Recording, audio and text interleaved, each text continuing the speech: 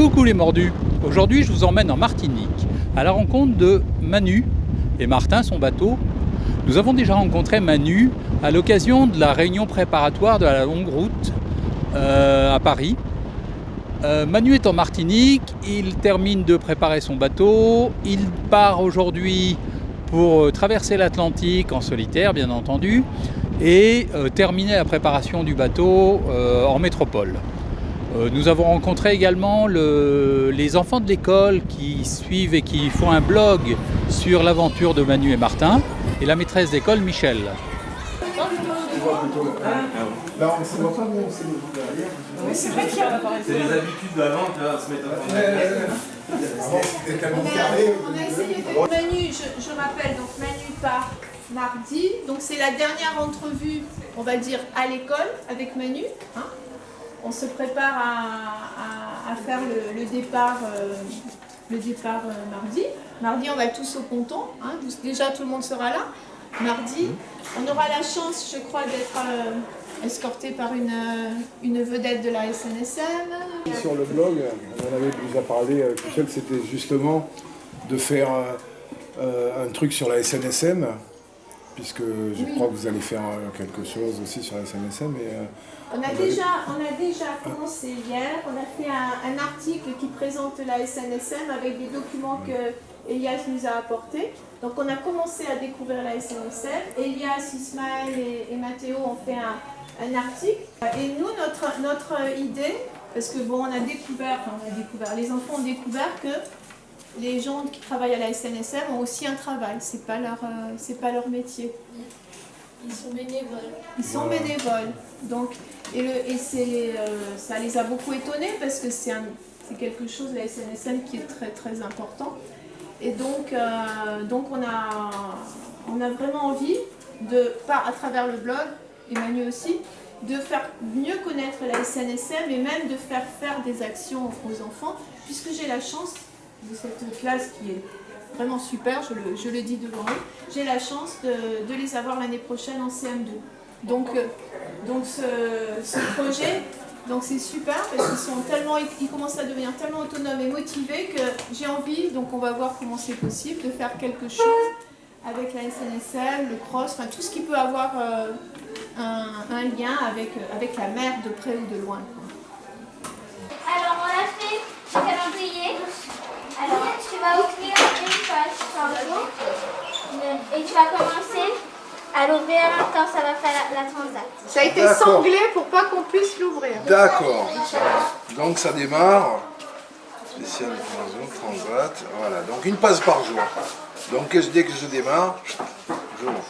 Une passe par jour à partir du premier jour. Donc je triche pas. Ouais, non. La transat. Il y a une page par jour et tu vas découvrir un message par jour des enfants. Bon, faudra faire Le grand moment de solitude.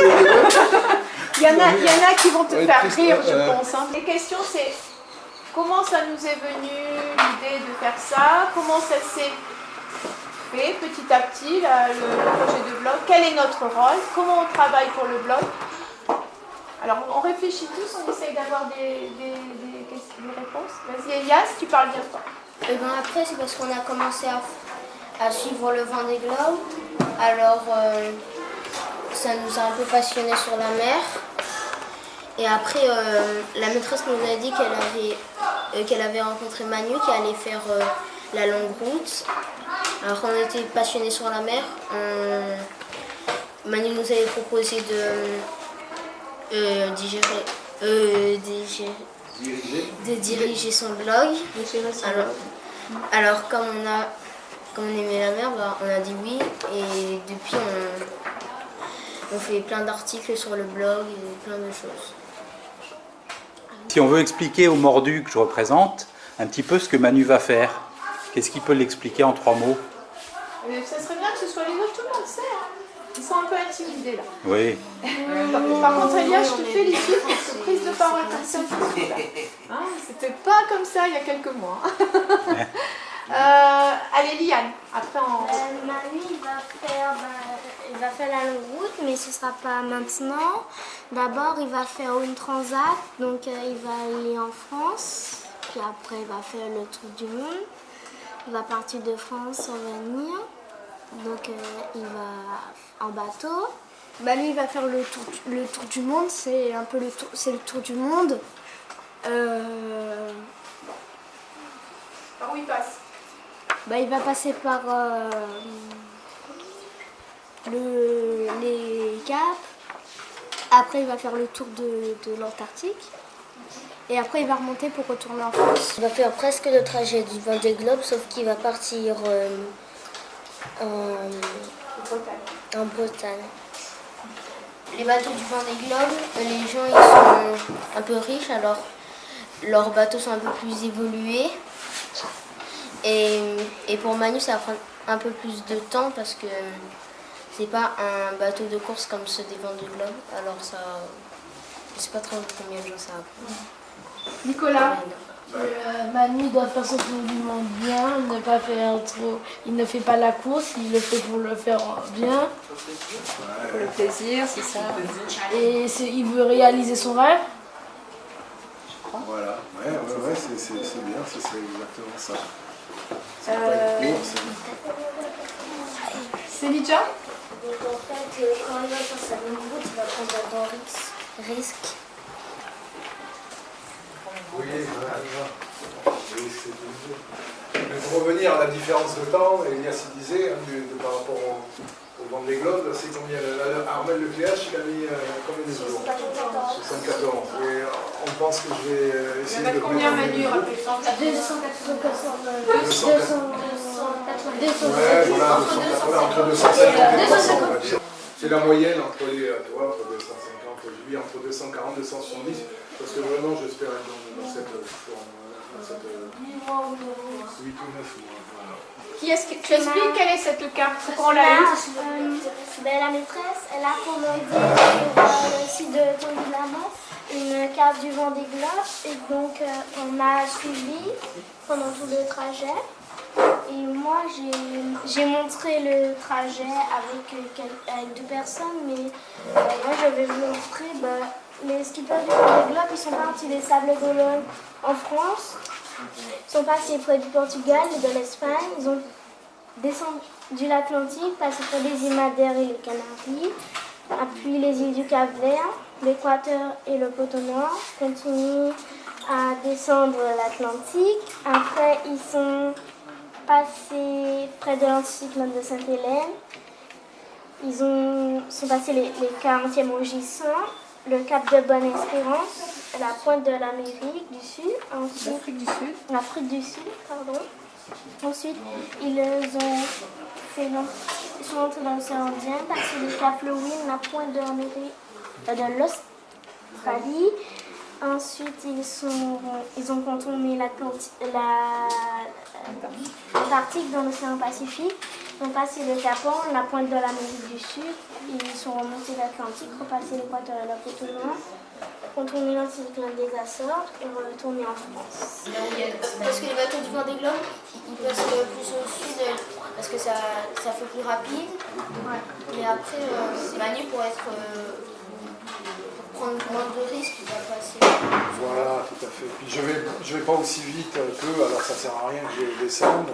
J'ai pas les mêmes moyens, et puis bon, après, voilà, moi je ne sens pas de descendre trop longtemps non plus, je vais pas gagner beaucoup de temps, et par contre, en revanche, voilà, je vais prendre beaucoup le ratio, la différence entre les risques et le temps que je vais gagner n'est pas intéressant. Alors qu'en course, oui, déjà l'enjeu de la course est très important. Et puis eux, comme ils vont vite, c'est sûr que la moindre distance, longueur de route qui gratte, qu'ils auront moins, fait une belle différence. Mais moi, j'ai pas envie d'aller dans les histoires. Il y a la route qu'on appelle, qui est plus au nord, comme ça, que je vous avais montré la dernière fois, là je regardais, et c'est ce qu'à l'époque du premier Golden Globe, ils appelaient la demi-tranquille. Il n'y a pas de route tranquille dans ce truc là, c'est pour ça qu'ils disaient bon, la demi-tranquille par rapport à la route du sud qui est plus dure. A priori, maintenant ça peut être plus dur dans le nord. Alors Martin, qui est-ce qui décrit un petit peu le bateau? Martin, là on connaît déjà plein de choses sur Martin. Faudrait que tout le monde. Ismaël, qu'est-ce que c'est? Martin, il est décoré en orange et puis Manu il nous a demandé si on voulait bien le décorer en Nemo et on a dit oui. Et maintenant il est décoré en Nemo, en orange, noir et blanc. Est-ce que tu as des sponsors, des partenaires qui t'aident un petit peu dans la mise en place de tout ça? Donc j'arrive à me débrouiller comme ça. Vega Voile me font des super conditions pour me refaire tout mon jeu de voile. Ça t'aide des partenaires. Voilà, c'est des partenaires, des coups de main plutôt. Partenaire, plus que sponsor. Ouais, voilà, plutôt je préfère. Il y a il y a les 9 caves à Banyuls. C'est des groupes de jeunes qui ont repris des caves de vin pour refaire du vin. Il y a du vin naturel, du vin bio et du vin normal. Et tu sais, Banyuls, ils font beaucoup le vin doux de Banyuls. Et donc, qui remettent un peu, qui relancent un peu le vin à boire, le vin pas doux de Banyuls et tout ça. Et c'est c'est aussi une belle aventure. Donc eux, ils me payent une partie du dessal ou du régulateur. Et donc en partenariat, exactement. Ça c'est en recherche. Ça, je cherche une place de port. Et tu vois, un port qui m'hébergerait avec le bateau et gratuitement et qui me mettrait la grue à disposition. C'est-à-dire si j'ai besoin de lever un peu le bateau. Et en Méditerranée. En Méditerranée, à Cassis? Cassis, ouais. Je préfère, enfin, par filière, disons, je préfère le coin de plus du côté à partir du Cap d'Agde vers le bas. Parce que là, il y a les copains, alors, tu sais ce que c'est, t'as un pote qui a un camion, l'autre qui a un truc, ça aide vachement.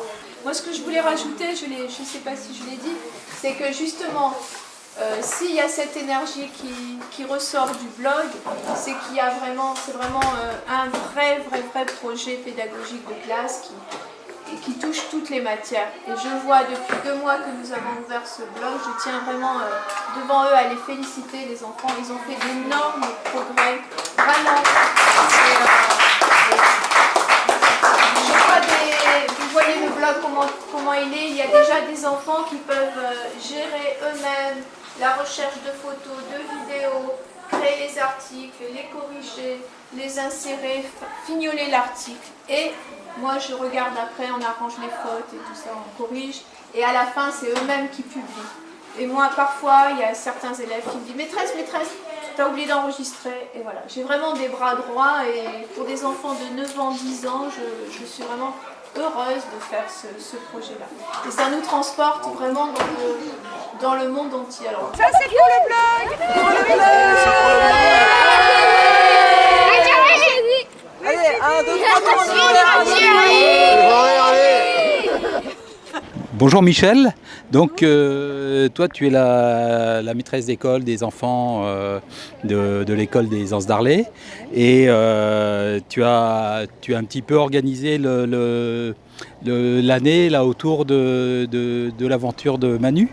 Oui, j'ai organisé même les 3 années scolaires à venir, hein, puisque le projet de Manu il porte sur 3 années. La longue route, c'est dans 2 années scolaires, on va dire. Donc voilà, c'est vrai que c'est vraiment un projet pédagogique de classe sur 3 ans. C'est vraiment le moteur de notre classe. Et est-ce que tu peux nous expliquer un petit peu l'intérêt pédagogique de justement toucher un petit peu à cette aventure? Et je crois que ça montre un petit peu plein de domaines de l'école. Oui, alors donc c'est vrai que c'est un projet qui est au centre de ça. Donc déjà nous sommes une commune au bord de la mer. Donc la mer n'est pas toujours très connue des enfants. Hein, et c'est pas forcément voilà. Donc ensuite voilà, ça porte la gestion de ce blog porte déjà beaucoup sur tout ce qui est écrit, recherche, puis dans tous les domaines aussi, toutes les matières du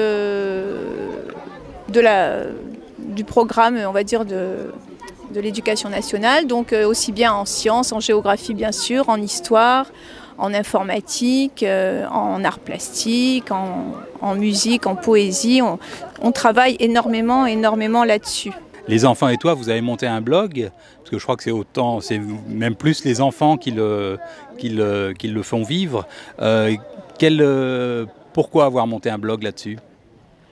Bon, déjà, il y a cette rencontre avec Manu qui donc s'est inscrit à la longue route. Donc nous étions voisins de mouillage parce que je vis aussi sur un bateau à Grand'Anse. Et donc Manu qui s'est inscrit donc à la longue route, mais qui voyait pas trop quel sens donner au blog, à un blog. Il avait envie que ce blog serve aussi à une autre cause et entre autres les enfants. Donc en discutant, moi je lui ai dit écoute, on peut essayer de notre classe de gérer ton blog, et ça sera plus que raconter ton histoire, ça sera aussi un genre de magazine autour de tout ce qui peut toucher la mer, l'histoire de la navigation, le voyage et l'aventure en général. Et le blog, c'est une occasion aussi d'éduquer les enfants aux réseaux sociaux et à tous ces domaines-là, les domaines de l'informatique aussi ?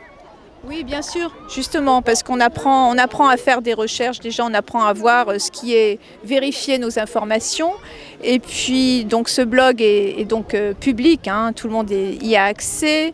Donc, effectivement, on fait très attention et on montre justement que les bons côtés donc des réseaux sociaux et l'utilisation, puisqu'on a aussi une page Facebook Manu et Martin autour du monde. Et donc voilà, on montre les bons côtés, les choses, le respect aussi des propriétés intellectuelles. On apprend un petit peu tout ça.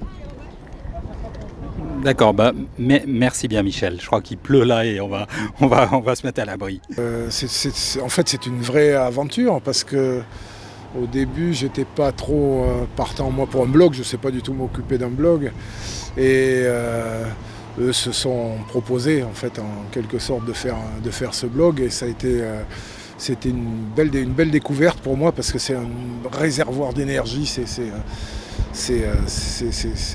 étonnant, quoi. C'est étonnant et je suis très content. Moi, je crois que j'aurais pas produit un dixième des idées qu'ils ont pour regarder la longue route, quoi. Voilà, vraiment c'est une belle aventure avec les enfants. C'est vraiment une belle aventure. C'est vrai que c'est un beau regard sur l'aventure qu'est la longue route.